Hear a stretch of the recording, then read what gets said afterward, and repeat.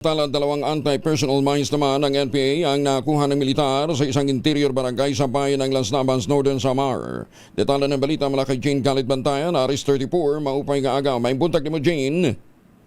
Nasabat mga kasunaluhan mula sa 20th Infantry Battalion ang dalawang anti-personnel mines habang nagsasagawa ng combat operation sa barangay ng Sagod, Bayan ng Las Navas, Northeast Samar.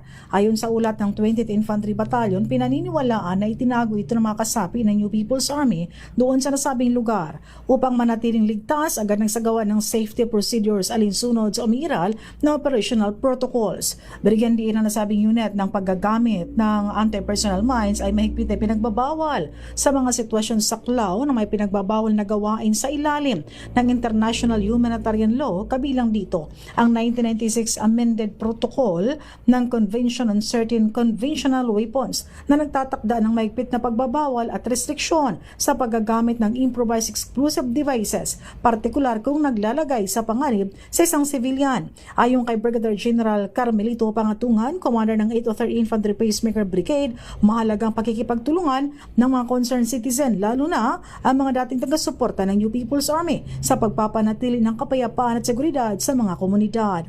Ang pagkakarecover nitong mga anti-personnel mine ay dahil sa pakikipagtulungan na rin ng mismong mga residente. Mula sa Aksyon Radyo Katarman, RH34 Jane Galit Bantayan ng DZRH. Una sa Pilipinas, una sa Pilipino. Daghang salamat, Jane Galit Bantayan.